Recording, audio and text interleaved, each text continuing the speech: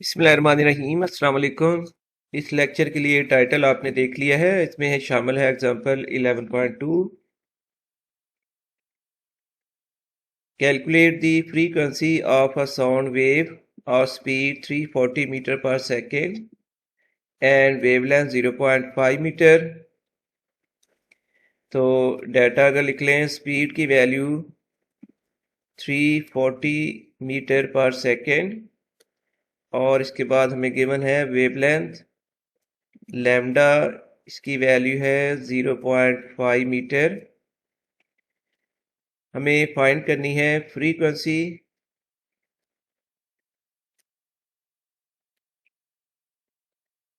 तो इसके लिए हम वेव इक्वेशन यूज कर रहे हैं जो कि है v equals to F lambda, और एफ लैम्डा इक्वल्स टू आ जाएगा v।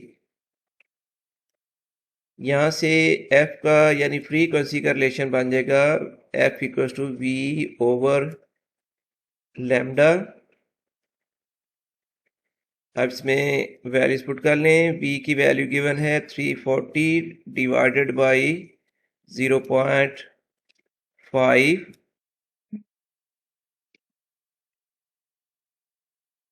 तो डिवीजन के बाद ये वैल्यू आ जाएगी 680 हर्ट्स।